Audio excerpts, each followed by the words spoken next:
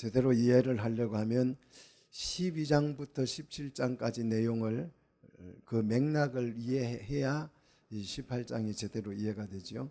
제가 12장부터 17장까지 아주 열심히 설명을 한다고 했지만 또 우리 성도들에게 큰 은사가 있죠. 까먹는 은사.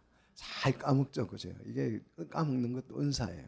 너무 잘 까먹어서 오늘 간단하게 한번 정리를 해보도록 하겠습니다. 자, 12장 3절에 가서 보면 용이 등장을 하죠. 이 용이 어떻게 생겼어요? 자, 붉은 용이고 어찌 덩치가 크고 몇 마리요? 한 마리고 머리는 7개고 뿔은 10개. 그런데 이 용이 왜 여기에 등장을 합니까? 하늘에서 쫓겨났죠. 왜 쫓겨났어요? 12장 7절로 9절 보시면 하늘에서 누구와 싸워요? 미가엘과 싸워서 쫓겨났습니다. 패전을 하고 쫓겨나서 이 땅에 왔는데 쫓겨나다가 보니까 이 용이 어때요? 기분이 좋아요? 나빠요? 막 씩씩거리고 화가 나서 또 12장 12절에 보시면 마귀가 자기 때가 얼마 못된 줄 알고, 얼마 못되다는 말은 한 번역이 어려운데 얼마 남지 않았다. 이 용의 이제 생명 기한이, 유통 기한이 얼마 안 됐다는 거죠. 그러니까 막 더 화가 나서 이 땅에 왔죠. 그래서 12장 12절에 보니까 이 용이 이 땅에 내려옴으로 말미암아서 땅에 거하는 자들에게 뭐가 있어요? 화가 있다라는 거죠. 그래서 화 세계가 선포되지요. 자, 이 용이 땅에 막 씩씩거리고 내려와서 뭘 합니까? 자, 12장 1절에 보시면 임신부가 나오죠. 이 임신부는 해를 옷 입었고 달을 발판으로 삼고 12별의 멸루관을 쓰고 있는데 임신을 했어요. 그래가지고 임신을 해가지고 출산을 하려고 합니다. 자, 이 출산을 하려고 하는 이 여인이 출산하는 것을 용이 땅에 내려와서 어떻게 해요? 해방하죠. 땅을 출산하지 못하도록 하죠. 왜 해방합니까? 그 태어날 아이 남자는 장차 철장으로 만국을 다스릴 왕이 되기 때문에 12장 5절이에요. 그러나 이 용은 이 출산을 막아요, 못 막아요? 못 막죠. 그래서 여자는 출산을 해서 어떻게 합니까? 아이를 낳죠. 그래서 그 아이가 어떻게 돼요? 아이는 하늘과 하나님과 보좌 앞으로 올라가잖아요. 그래서 보좌 앞으로 올라가서 그분은 만왕의 왕이 되셔서 우리를 통치하고 계시는 줄 믿습니다. 자, 마귀는요, 따라합시다. 하는 일마다 실패한다. 마귀는 하는 일마다 실패하게 돼 있어요. 자, 그러자 이번에는 이 용이 누구를 핍박하냐 그러면 12장 13절에 남자를 낳은 여자를 핍박하죠. 이 여자가 교회라 그랬죠. 자, 그래서 여자를 핍박해가지고 죽이려고 하니까 12장 4절에 하나님이 그 여자를 어떻게 합니까? 보호하시죠. 자, 그래서 이것도 또 실패해요. 이것도 실패해서 12장 17절에 가서 보시면 용이 정말 분노가 일어나서 이제 여자의 남은 자손, 하나님의 계명을 지키는 자, 예수의 증거를 가진 자들과 더불어서 이제 맞짱 떨려고 어디에 서 있어요? 바다 모래 위에, 바닷가 모래 위에 서 있습니다. 자, 사단은 어디에 서 있다고 지금? 바다 모래 위에 서 있어요. 잘 기억하십시오. 근데 우리 주님은 어디 서 계셔요? 14장 1절에 예수님이 어디서 계시던가요? 시온산에 서 계셔요. 누가 이길 것 같아요? 시온산에, 산에 있는 사람이 이기죠. 모래는 쌓아봤자 어떻게 돼요? 무너져요. 이게 참 마귀가 영리하고 똑똑한 것 같은데 멍청해요. 어디 위에 섰다고요? 반석 위가 아니고 어디 위에? 모래 위에 서 있는 거예요. 모래 위에서는 싸울 수가 없잖아요. 산에서 싸워야지. 자, 이렇게 이제 용이 모래 위에 서 있고 어린 양은 시온산 위에 이렇게 서서 지금 전투 준비를 하고 있습니다. 이 바다 모래 위에 용이 선 이유가 있어요. 왜 바닷가 모래 위에 섰느냐? 용이 그 바다 속에서 뭘 불러내요? 뭘 불러냈어요? 13장 1절에 뭘 불러냈어요? 짐승을 불러냈어요. 근데 짐승의 모양이 또 웃겨요. 짐승의 모양이 어찌 생겼어요? 예, 뿔이 열이요. 머리가 7머리를 가지고 있죠. 자, 누구를 닮았어요? 12장 3절에 한 큰 붉은 용은 머리가 7이고 뿔이 10이라 그랬어요. 짐승은 뿔이 10이고 머리가 7이에요. 누구 닮았어요? 이 짐승이 누구를 닮았습니까? 예, 용을 닮았죠. 예? 용을 닮았잖아요. 자, 그래서 13장 2절에 보면 용이 짐승에게 뭘 줍니까? 짐승을 불러내서 용이 뭘 줘요? 자기의 능력과 보좌와 큰 권세를 다 주죠. 그러자 13장 4절에 보니까 용이 짐승에게 권세를 주므로 용에게 사람들이 경배하고 짐승에게 경배를 하더라는 거죠. 자, 그리고 이 짐승은 13장 5절에 큰 말과 참남된 말하는 입을 가져서 몇 달 동안요. 42달 동안 일할 권세를 갖더라. 그러니까 이제 하나님의 백성들을 괴롭힐 권세를 가졌다는 거죠. 자, 그래서 13장 3절에 이 짐승의 7머리 중에 하나가 어떻게 됐어요? 상하여서 죽게 됐다가, 자, 죽게 되었다 그랬어요. 죽게 되었다, 그 상처가 나음으로써 살아냈죠. 누구 흉내를 내는 거라고요? 2장 8절에 누구 흉내를 낸 겁니까? 2장 8절? 예, 죽었다가 살아나시니 누구예요? 예수님을 흉내내는 거죠. 자, 그러나 예수님은 죽었다가 살아난 거고 이 7머리 중에 하나는 죽게 된 상처가 살아난 거죠. 자, 이 머리가 왜 깨졌어요? 예수님이 십자가에서 그냥 박살을 낸 건 줄로 믿습니다. 자, 죽게 되었다가 다시 살아난 이 짐승을 이 죽게 되었다가 살아난 이 엄청난 이 짐승을 누가 지배를 해요? 누가 뭐 다스려요? 누가 이 짐승을 길들였어요? 자, 오늘 보면 지난주에 배웠잖아요. 17장 3절에 누가 길들였어요? 이 짐승을. 이 무시무시한 이 짐승을 누가 길들입니까? 큰 엄녀가 이 짐승을 뭐 했어요? 올라탔죠. 짐승을 탁 타고 다니는 거예요. 엄녀가 짐승을 타고 다녔는데, 자, 17장 2절에 보니까 땅의 임금과 엄녀와 더불어서 음행의 포도주에 취해 가지고 이 짐승을 그냥 타고 다닙니다. 자, 짐승의 이제 모습을 한 번 더 정리를 하면 이 짐승의 7머리와 10뿔이라 그랬죠. 7머리는 온 세상에 있는 지혜와 지식을 말하는 거고요. 뿔은 온 세상의 권세를 말하는 것입니다. 그리고 그 짐승의 몸에는 뭐가 가득했어요? 하나님을 모독하는 이름이 가득했고, 색깔은요 붉은색이라 그랬죠. 왜 짐승이 붉은색입니까? 왜 붉은색이요? 국민의 힘입니까? 왜 붉은색이에요? 성도들의 피와 증인들의 피로 얼룩져서 그래요. 자, 7머리는 17장에 보시면 7머리는 7산이라고 그랬죠. 이 7산을 17장 10절에서는 7왕이라고 표현하고 있죠. 7산은. 그러니까 이 권세가 굉장히 산처럼 흔들림 없이 굉장한 힘을 가졌다는 것이고, 산은 뭐 하는 곳이에요? 우상을 숭배하는 곳이죠. 예. 그래서 이 7머리는 7산이고 7왕을 의미한다 그랬습니다. 그런데 이 7왕 중에서 첫 번째부터 다섯째 왕은 어떻게 됐어요? 17장 10절에 망해버렸고 죽고 없다 이 말이죠. 그런데 여섯째 왕은 현재 하나 있고 그랬잖아요. 여섯째 왕은 지금 생존해 있는 거죠.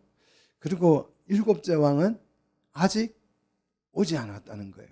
그러니까 지금 6째 왕은 통치를 하고 있고 7째 왕은 요한 당시에 오지 않았다는 거죠. 자, 그래서 요한 당시에는 6째 왕이 통치를 하고 있지만 지금은 이제 이 일곱째 왕이 와서 일곱째 왕이 세상을 지금 지배하고 있습니다. 17장 11절에 가서 보면 일곱 중에 속한 자가 있는데 일곱째 왕 중에서 몇 번째 왕이 나와요? 여덟째 왕이 나와요. 여덟째. 자, 뿔은 일곱 개인데 이 마지막 일곱째 왕에게서 뭐가 여덟째 왕이 나온다 그랬어요. 자, 이 여덟째 나온 왕은 전에 있다가 없어진 짐승, 바로 용이다. 말세에 예수님이 오시기 직전에 나타날 적그리스도다, 이렇게 사람들이 부르죠. 이 적그리스도는 용의 분신입니다. 여덟째 왕, 이 여덟째 왕이 적그리스도가 여덟째 왕이 되는데요. 자, 16장으로 한번 살짝 넘어가서 16장 12절에 보면 여섯째 나팔 재앙을 유브라데 강에 쏟았더니 어떤 일이 일어나요? 동방에서 오는 왕들의 길이 예비가 돼요. 동방에서 오는 왕들의 길이 예비가 되는데 이 동방에서 오는 왕들이 뭐냐 그러면 이 짐승머리에 있는 열뿔이 되고 그 열뿔이 열왕이라고 표현되고 있죠. 자, 여덟째 왕 짐승이죠. 이 짐승이 동방에서 온 열왕을 이제 지배를 하게 되죠. 이제 동방에서 오는 열왕은 전 세계를 이 여덟째 왕이 지배를 한다는 것입니다. 지금까지는 일곱째 왕, 이 일곱째 왕을 음녀가 타고 다녔어요. 이 여덟째 왕인 짐승, 일곱째 왕인 이 짐승을 음녀가 타고 돌아다녔는데, 음녀가 이 일곱째 왕을 지배를 했는데 여덟째 왕인 짐승, 이 짐승이 동방에서 왕들이 오자 이 음녀를 어떻게 해버려요? 17장 16절에 어떻게 했어요? 그때부터 음녀를 동방에서 왕들이 딱 오니까 이 여덟째 왕이 이 음녀를 어떻게 해요? 미워해서 망하게 해버려요. 그리고 벌게벗겨서 그 살을 먹고 나머지는 불살라버려요. 이것이 뭐다? 이 음녀에 대한 심판이라는 거죠. 그런데 이 17장 12절에 가서 보면 동방에서 온 열왕은 왕인데 뭐가 없어요? 나라가 없어요. 열왕은 음녀가 통치하던 나라 없이 와서 음녀가 통치하던 그 나라를 어떻게 해요? 여덟 번째 왕인 그 짐승에게 그 나라를 바치죠. 17장 17절 짐승에게 주잖아요. 언제까지 줍니까? 하나님의 말씀이 응할 때까지. 그래서 이 짐승이 열왕들이 나라를 짐승에게 적그리스도에게 내어주는 그것이 열왕이 내어주는 것 같은데 하나님의 허락 안에서 이루어지는 일이라는 거죠. 이것마저도 하나님의 말씀이 실현될 때까지 하나님께서 허락했다는 거죠.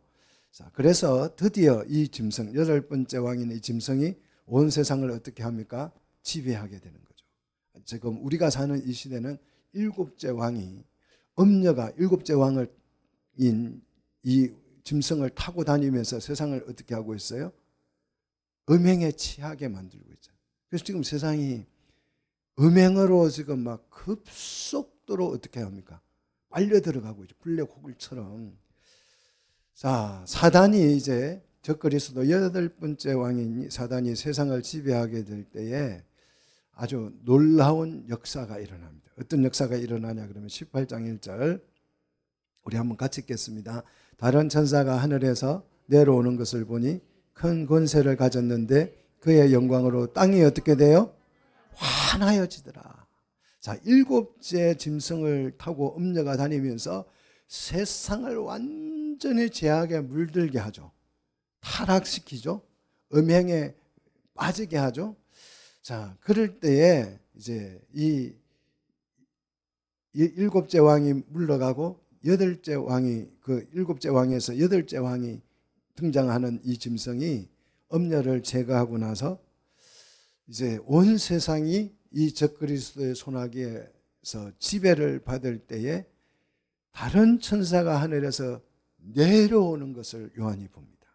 내려오는 것을 보는데 그냥 내려오는 것이 아니고 큰 권세를 가졌는데 그의 영광으로 땅이 어떻게 되더라? 환해지더라. 그러니까 깜깜한 죄악으로 뒤덮인 이 세상에 다른 천사가 큰 권세를 가지고 왔는데 그 영광이 얼마나 찬란한지 땅이 환해져서 이 땅에 그 칠흑같이 밤이 되어버린 이 세상이 어떻게 됩니까? 환해져서 그 부패하고 타락한 실상이 그대로 드러나 버린. 자, 이것이 우리의 소망인 줄 믿습니다. 자, 이 천사가 내려와서 그렇게 부패한 세상을 환하게 드러낸 후에 3절을 보니까 말씀을 선포하죠. 같이 읽습니다. 힘찬 음성으로 외쳐 이르되 무너졌도다 무너졌도다 큰 성 바벨론이여 귀신의 처소와 각종 더러운 영이 모이는 곳과 각종 더럽고 가증한 새들이 모이는 곳이 되었도다. 자, 큰 성 바벨론. 이 바벨론은 어떤 성이냐 그러면 그리스도를 대적하고 이 적그리스도를 추종하면서 하나님의 말씀을 떠나서 죄악으로 얼룩되어진 그리스도에 대항하는 모든 세력을 일컬어서 큰 성 바벨론이라고 그래요. 이 큰 성 바벨론의 실체가 드러나는데 이 바벨론의 실체가 그 영광이 너무 환하여 환해진 영광 아래서 그 바벨론 성을 봤더니 그 성이 어떤 곳이었다고요?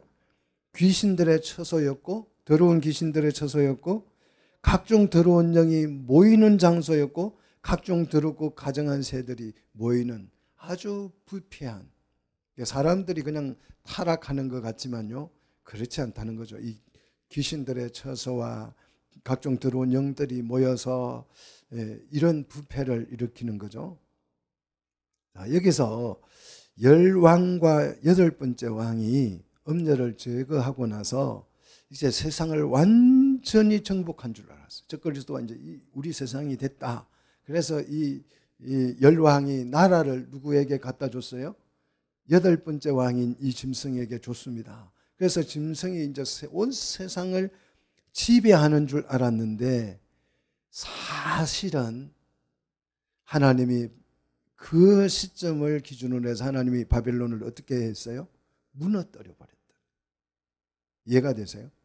자, 짐승은 온 세상을 자신이 정복했다고 생각을 했는데 알고 보니 그거는 세상이 어떤 거예요?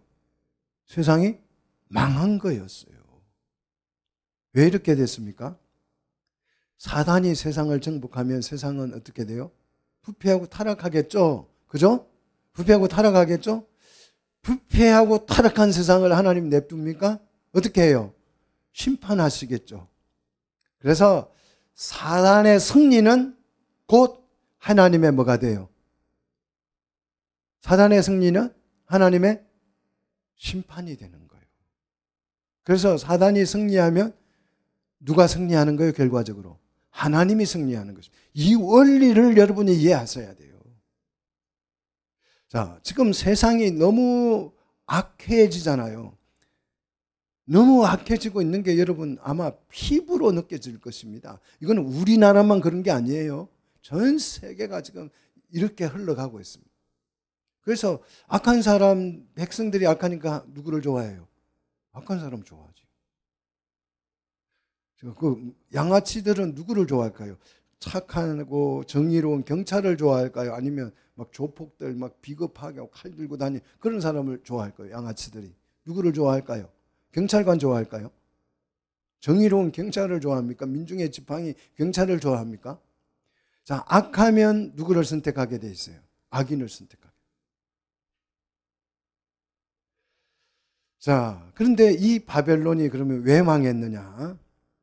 3절을 보시면 바벨론이 왜 망했냐? 세 가지 이유 때문에 망하는데 첫째는 그 음행의 진노의 포도주로 말미암아 이 바벨론을 뭐라고 표현하고 있어요?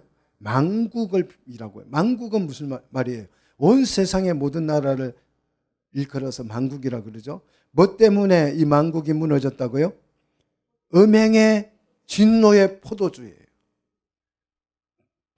여러분은 무슨 포도주를 먹습니까? 예수 그리스도의 언약의 포도주를 먹어요. 믿습니까? 그런데 이 세상은 뭘 마셔요? 음행의 진노의 포도주를 마시는 거예요. 자, 이 음행의 진노의 포도주가 뭐냐? 성도들의 피지요. 순교의 피지요.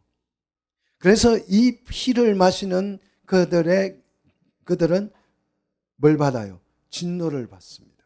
그래서 진노의 포도주입니다. 자, 두 번째 이 망국이 바벨론이 왜 망합니까? 땅의 왕들이 음녀와 더불어서 뭐 했어요? 음행을 했기 때문에. 성적 타락은 이게 이제 가시적으로는 성적 타락인데 내면에 들어가서 보면 우상을 하나님을 거부하고 하나님을 대적하고 세상 것을 추구하는 이게 우상 숭배라고 그랬어요. 자, 이 우상, 음행, 자, 하나님을 대적하고 세상을 좋아하고 적그리스도를 좋아하는 이것 때문에 세상은 어떻게 돼요? 망한다라는 거죠. 세 번째 이유는요. 땅의 상인들도 그 사치의 세력으로 뭐 했어요? 치부했어요. 여기서 사치는 권력을 남용하는 것을 말합니다. 땅의 상인들이 뭘 가지고 먹고 사냐 그러면 그 음녀가 막 그 세상을 어떻게 해요? 그냥 자기를 검으로 꾸미고 치장하고 그러잖아요. 그렇게 음녀가 자신을 꾸미는, 그러니까 하나님을 대적하는 세력은 자신들을 치장하죠. 그러니까 이 사치 품목들이 장사가 잘 되는 거예요. 그래서 이 상인들이 그것으로 세력을 얻어서 부하게 됐다는 거죠. 자, 이 치부를 이용해서 그들은 경제적 타락을 하게 되는데, 여러분 대기업들은 정말 정신 차려야 해요. 이 대기업들이 이걸 착안하는 거예요. 와, 세상을 이렇게 하면 돈을 벌겠네.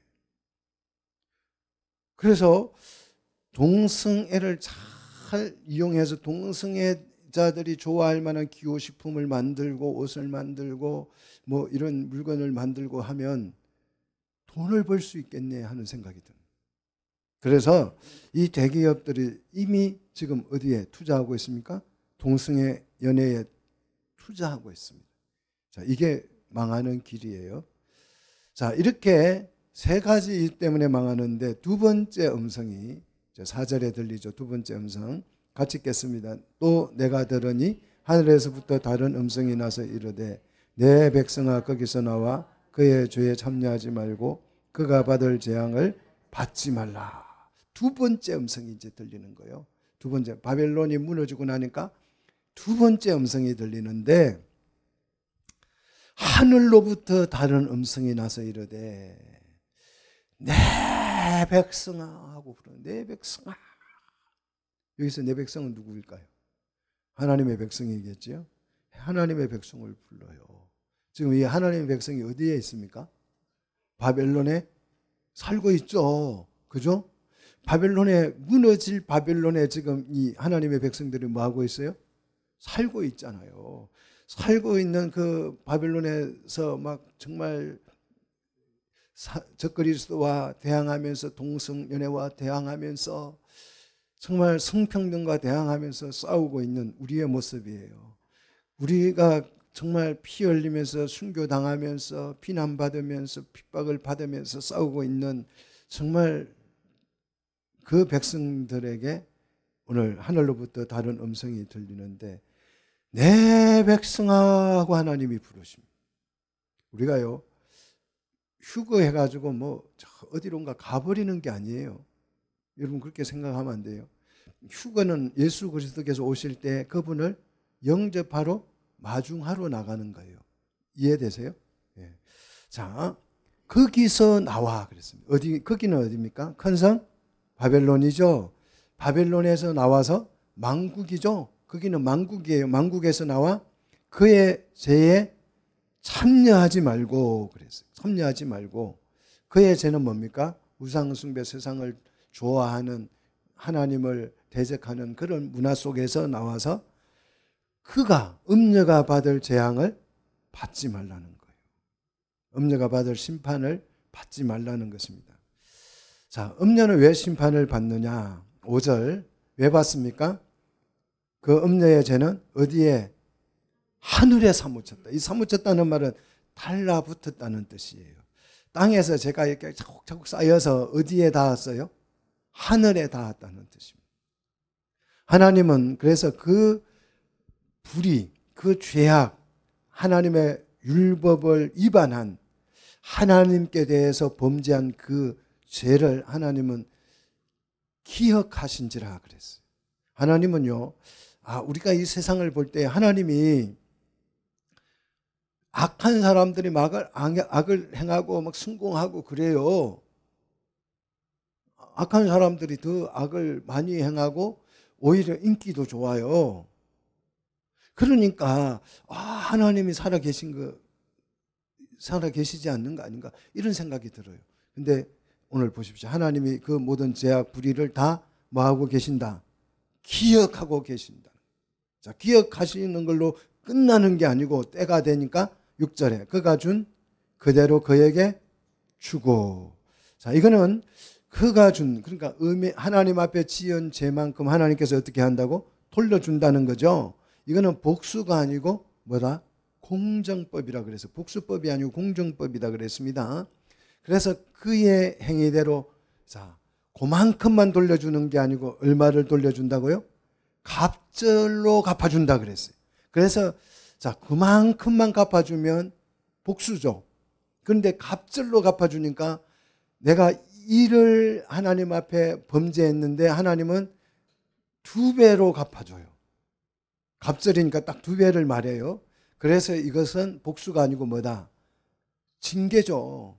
제 진것만큼만, 예를 들어서 내가 1,000만 원을 사기쳤어요. 그래서 징계를 하면 만약에 1,000만 원 도로 뺏으면 본전이잖아요. 그건 징계가 아니에요. 내 거 아니고 빼앗은 걸 돌려준 거니까 그건 본전이에요. 그런데 배를 돌려줘야 되기 때문에 이거는 뭐다? 징계죠. 심판이고 벌이죠. 자, 그래서 에레미야 16장 18절에 그들의 악과 죄를 배나 갚을 것은 그랬어요. 그 다음에 에레미야 17장 8절에도 배나 되는 멸망으로 그들을 멸하소서 그랬어요. 항상 2배를 갚아주라는 것입니다. 2배를 갚아야 그 징계가 합당한 것입니다. 자, 죄는 1,000만 원어치 지었는데 벌은 500만 원어치 준다. 그러면 어떻게 하겠어요? 남는 장사잖아요. 내가 1억을 사기쳤는데 감옥에 그냥 한 달 갔다 와요. 그러면 내가 한 달 만에 1억을 벌 수 있습니까? 못 벌잖아요. 1억도 빼앗고 한 10년 감옥에 들어가면 그건 징계가 되는 거죠. 그런 징계여야 합당한 징계예요. 우리나라 정치를 보면 정치인들은 죄를 지어도 합당한 징계를 받지 않습니다. 감옥에 들어가 있으면 또 조금 있으면 또 옆에 친구가 꺼내줘요. 대통령이 되든지 뭐가 돼가지고 뭐 석방시켜줘 버려요. 그러니까 이 사람들은 죄가 무섭지가 않아요.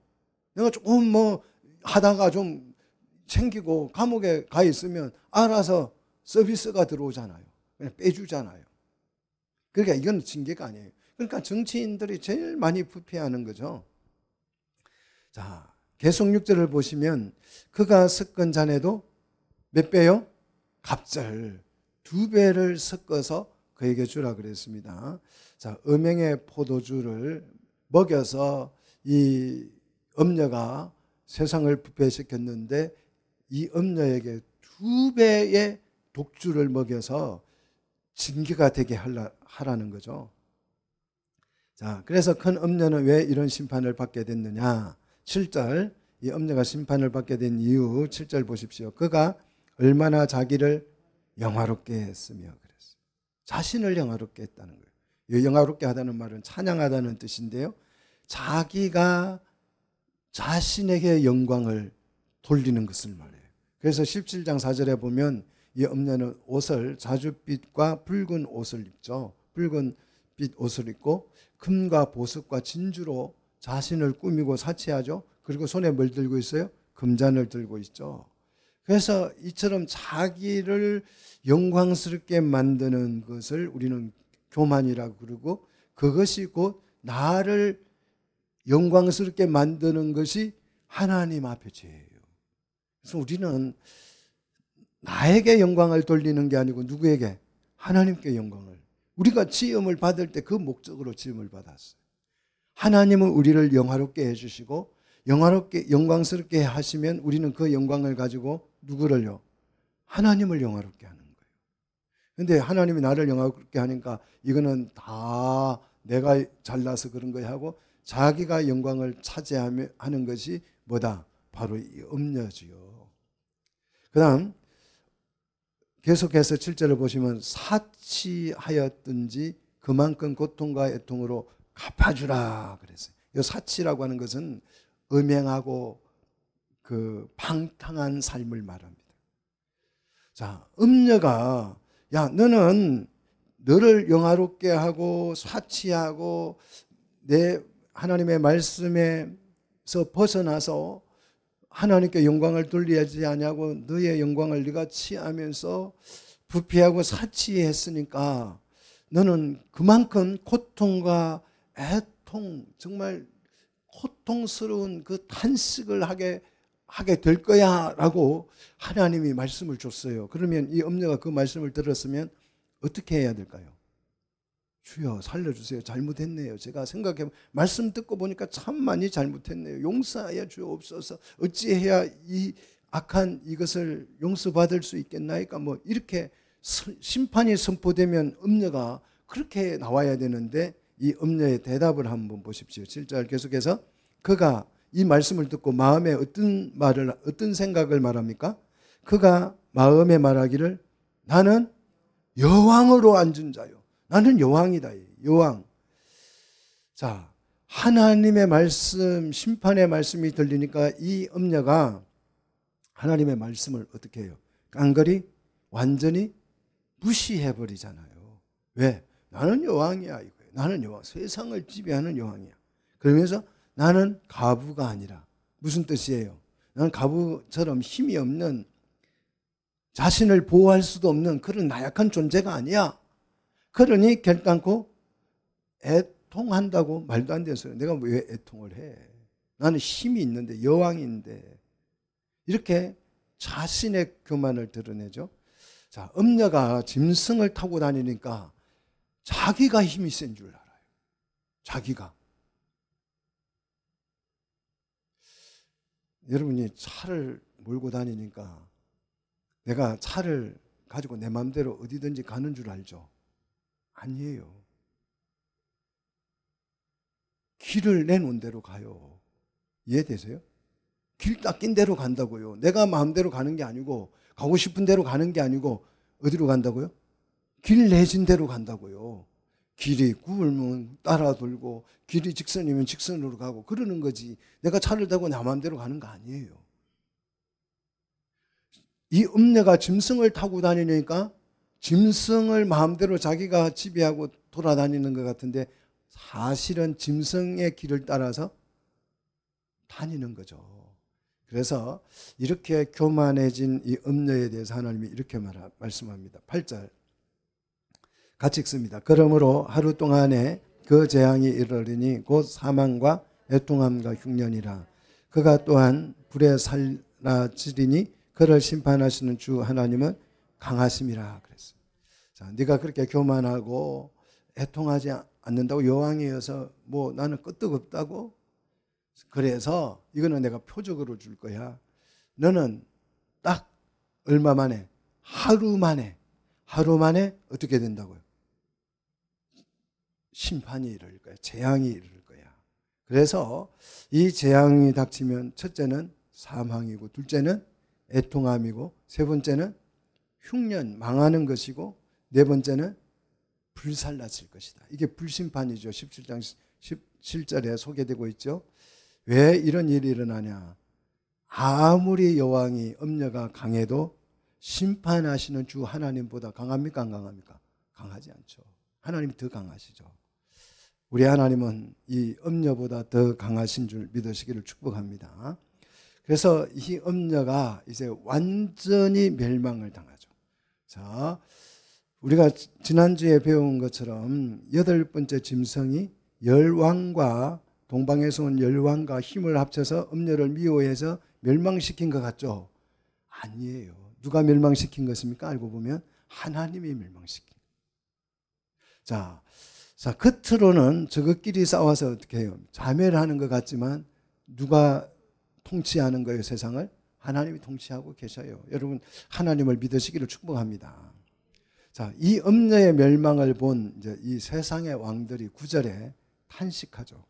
자, 뭐라고 탄식합니까? 그와 함께 음행하고 사치하던 땅의 왕들이 그가 불타는 연기를 보고 이유하여서 울고 가슴을 치면서 10절 그의 고통을 무수하여서 멀리 서서 그랬어요. 공포감이 완전히 그들을 휩싸였죠. 그래서 뭐라고 탄식합니까? 화이또다 화이또다 큰 성 견고한 성 바벨론이여. 자, 8절에서 하루 동안에 멸망한다고 그랬는데 10절에서는 한 시간에 내 심판이 이르른다. 자, 정확하게 60분을 말하는 게 한 시간이 60분을 말하는 것이 아닙니다. 한 시간은. 하루는 24시간을 말하는 게 아니에요. 짧은 시간에 삽시간에 악인은 멸망합니다. 자, 악인은 어떻게 망해요? 삽시간에 망해요. 이게 여러분 표적이에요. 악인은 천천히 망하는 거 아닙니다. 순식간에 망하게 되는데 이것이 하나님의 뭐다? 심판이라는 거죠. 자, 음녀의 멸망을 본 두 번째 사람들이 누굽니까? 11절 상인들이죠. 음녀를 이용해서 돈 벌어먹고 살았던 치부했던 그 상인들이 자 같이 읽습니다. 땅의 상인들이 그를 위하여 울고 애통하느니. 예. 자, 이 땅의 상인들이 음녀가 멸망한 것을 보고 막 울고 불고 난리가 났어요. 왜 울고 불고 난리가 났어요? 야, 우리가 죄를 지니까 하나님께서 우리를 이렇게 징계하시니까 너무 무섭고 두려워서 그렇게 울었습니까? 그래서 운 게 아니에요. 뭐 때문에요? 상품을 사는 자가 없어졌다는 거예요. 자, 이 상인들의 마음속에 죄의식이 있어요, 없어요? 없어요. 하나님의 심판을 보는데도 그들은 죄의식이 전혀 없습니다. 왜 이들이 울고 탄식하느냐? 이건 못 팔아먹는다는 거예요. 12절 같이 읽겠습니다. 그 상품은 금과 은과 보석과 진주와 세마포와 자주 옷감과 비단과 붉은 옷감이요 각종 향목과 각종 상아 그릇이요 값진 나무와 구리와 철과 대리석으로 만든 각종 그릇이요 13절 계피와 향료와 향과 유향과 유황으로 포도주와 감람유와 고운 가루와 밀이요 소와 양과 말과 수리와 종들과 사람의 영혼. 이 상인들이 뭐까지 팔아먹었어요? 사람의 영혼까지 거래를. 그 사람들의 영혼을 돈으로 사로잡아서 그 우리 13장에서 배웠잖아요. 이마에다가 짐승의 표를 오른손에 짐승의 표를 새겨서 다 영혼까지 팔아먹은 거죠. 상인들의 이 죄가 얼마나 큽니까? 14절 하나님의 심판으로 자신들의 욕망과 갈망하던 것들이 다 사라져버렸어요. 이게 상인들에 대한 심판이에요. 그래서 14절 사람이 결코 그 상인들이 결코 앞에 나열한 12절 13절에 나열한 그 품목들을 다시 본다 못 본다? 볼 수 없게 됐다. 이게 돈줄을 끊어버린 거죠. 그 짐승의 표를 해서 매매를 해서 엄청나게 불을 벌었던 그 모든 재산들이 어떻게 해요? 한순간에 한 시간 만에 어떻게 됐어요? 다 날아가 버린 거죠. 15절 그래서 이 상인들이 두 번째 탄식하죠. 경제가 폭망함으로써 자 15절 같이 읽겠습니다. 바벨론으로 말미암아 치부한 이 상품들의 상인들이 그의 고통을 무수하여 멀리 서서 울고 애통하여 자 16절 이르되 화이또다 화이또다 큰 성이여 세마포 옷과 자주 옷과 붉은 옷을 입고 금과 보석과 진주로 꾸민 것인데 17절 그러한 부가 어떻게 해요? 한 시간에 망해버렸다는 거예요. 삽시간에 망해버렸다는 거죠. 자, 탄식하는 이유가 죄 때문입니까? 부가 사라졌습니까? 이 부가 사라져서. 이 사람들은, 악인들은요, 멸망할 때까지 자기 죄를 깨달아요, 못 깨달아요? 못 깨달는다는 것이에요. 자, 이 상인들과 그 음녀의 왕들과 중간 상인들이 있겠죠. 이 중간 상인들도 이 음녀의 멸망으로서 멸망하자 탄식하죠. 17절 계속해서 보십시다. 18절입니까? 모든 선장과 17절이죠. 모든 선장과 각처를 다니는 승객들과 선원들과 바다에서 일하는 자들이 멀리 서서 18절 그가 불타는 연기를 보고 외쳐 이르되 이 큰 성 같은 성이 어디 있느냐 하며. 자, 19절 계속 있습니다. 티끌을 자기 머리에 뿌리고 울며 애통하며 외쳐 이르되 화이또다 화이또다 이 큰 성이여 바다에서 배 불리는 모든 자들이 너의 보배로운 상품으로 치부하였더니 어떻게 됐다? 한 시간에 망해버렸다.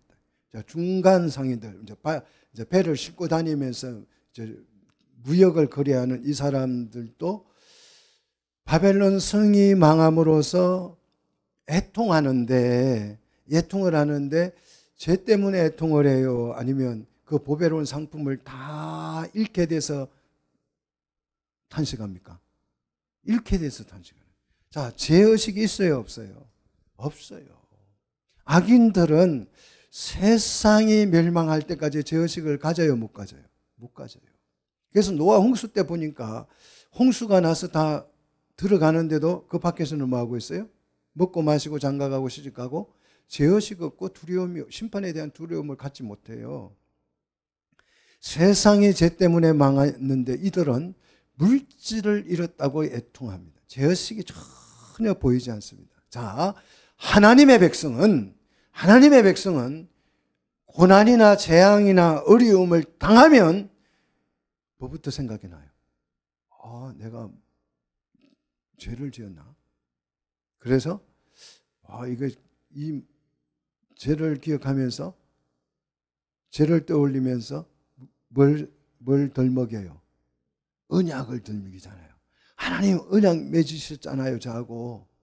그 언약대로 이 죄에서 나를 뭐 해달라는 거예요? 구원해달라고 소리쳐 회개하며 애통합니다.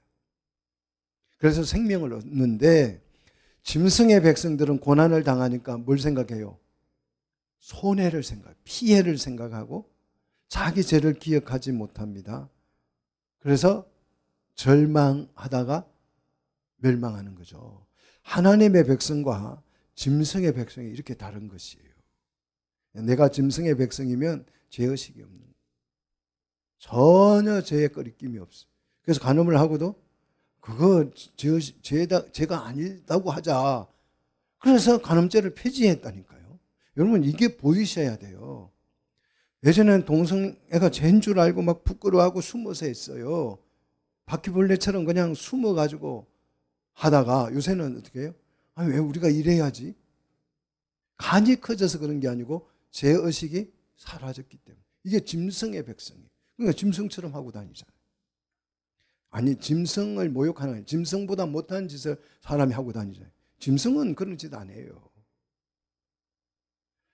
자, 바벨론의 심판은 짐승의 백성들에게는 애통과 슬픔과 두려움입니다. 그러나 하나님의 백성에게는 이 심판이 뭐가 돼요? 20절 같이 읽습니다. 하늘과 성도들과 사도들과 선지자들아, 그로 말미암아 뭐해라? 즐거워하라. 이 심판이 우리에게는 뭐가 돼요? 구원이 되기 때문에 이 하나님의 심판을 통해서 그것이 우리의 뭐가 돼요? 즐거움이 된다. 찬양이 된다. 왜? 하나님이 너희를 위하여 그랬어요. 너희를 위하여 그에게 심판을 향하신 거죠. 자, 우리 사랑하는 성도 여러분, 우리가 바빌론의 세대를 살고 있습니다.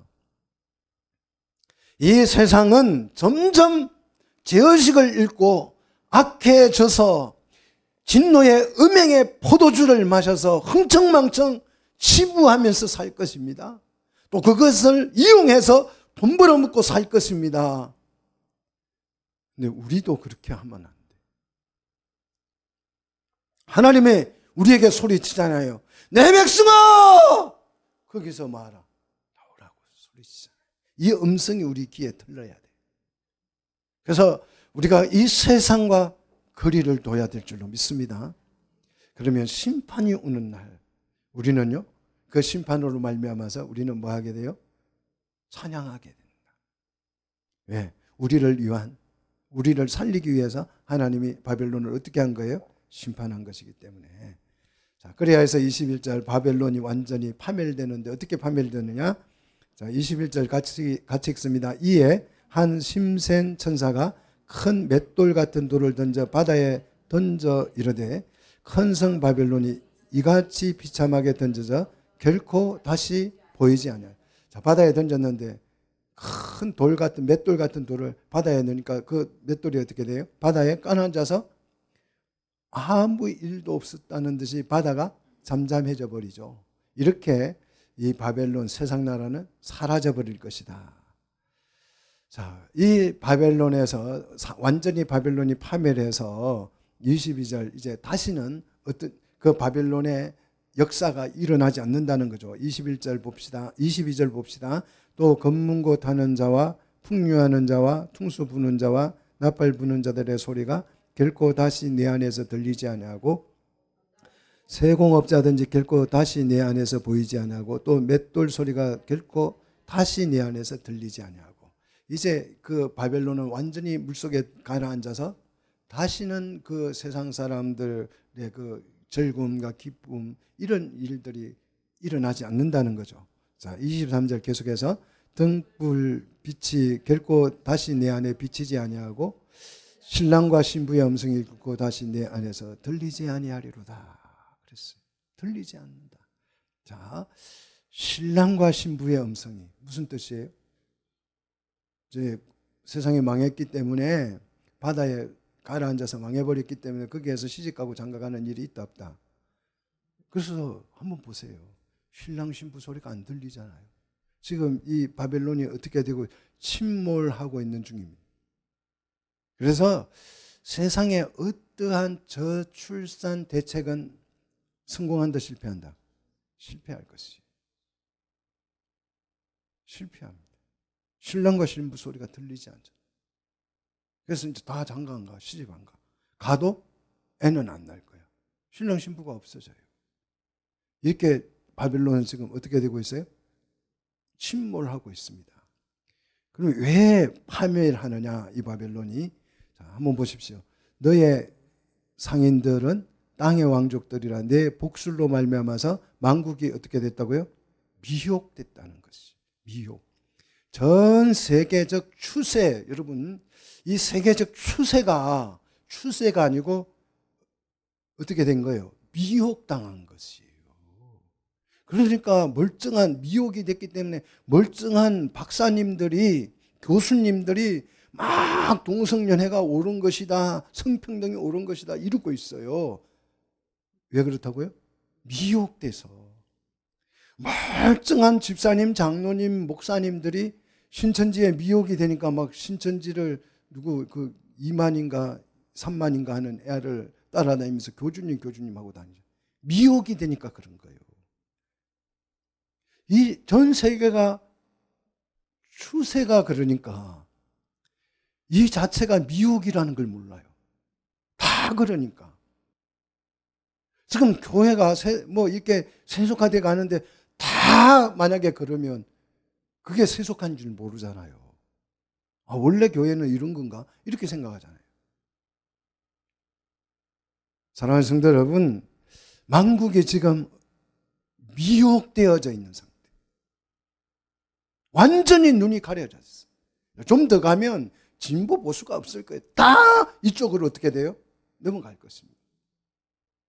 그런데요, 이 미혹되어서 멸망하는 게 아니에요. 결국은 진짜 이유가 24절에 나오죠.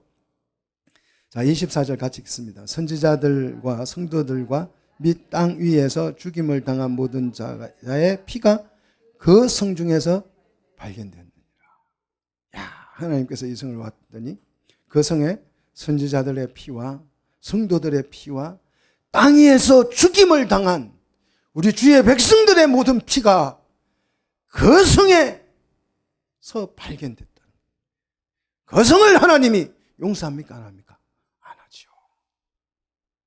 용서하지 않습니다. 짐승의 표를 받지 아니하고 버틸 때에 이 엄녀가 짐승을 타고 다니면서 그들을 가차없이 죽였습니다. 그래서 6장 11절에 순교자의 피가 차기까지 하나님께서 기다리죠. 심판을 유보하죠. 이 기간은 회개할 기회를 주는 거죠. 그런데 그 피가 이 성에서 발견됐기 때문에 그 성은 어떻게 됐어요? 파멸한 것입니다. 자, 바벨론은 이렇게 멸망을 당했습니다. 17장 16절에 열불 짐승과 음녀가 갈등으로 바벨론이 멸망한 것이죠. 그죠? 자멸한 거죠. 바벨론은 짐승을 타고 지배하면서 사는 것 같았지만 결국 더 큰 악, 사단에 의해서 이 바벨론이 멸망을 받는데 이것이 뭐다? 하나님의 심판이다. 하나님이 막 악인들 몽둥이로 뚜리 잡는 게 아니에요. 더 큰 악에 의해서 악인은 멸망당하는 것이죠. 자, 백성들이 악하면, 국민들이 악하면 악한 지도를 살아 세워서 다 뚜리 잡아요. 징벌하는 거예요. 이게 하나님의 심판이에요. 사람들은 사단을 자기가 타고 다니는 줄 알아요. 근데 사실은 사단이 끄는 대로 가는 거예요. 그 올라타고 있지만 끄는 대로 가는 거예요. 이걸 깨닫게 되면 사단의 지배에서 하나님의 통치 아래로 오는 것입니다. 여러분은 사단의 지배 아래에 있다가 하나님의 통치 속으로 들어온 줄 믿습니다. 그게 하나님의 나라예요. 하나님의 공의로운 통치를 그래서 찬양하게 됩니다. 여러분, 이 세상에 나가서 사단의 속박 아래에서 살고 있는 그 백성들에게 이 복음을 전하시고 멸망에 가까웠음을 알리시고 선포하시기를 바랍니다. 또한 우리는 하나님의 백성이 되어서 하나님 통치 아래서 하나님께 영광 돌리고 찬양하는 삶을 사는 우리 성도들이 되시기를 주의 이름으로 축복합니다.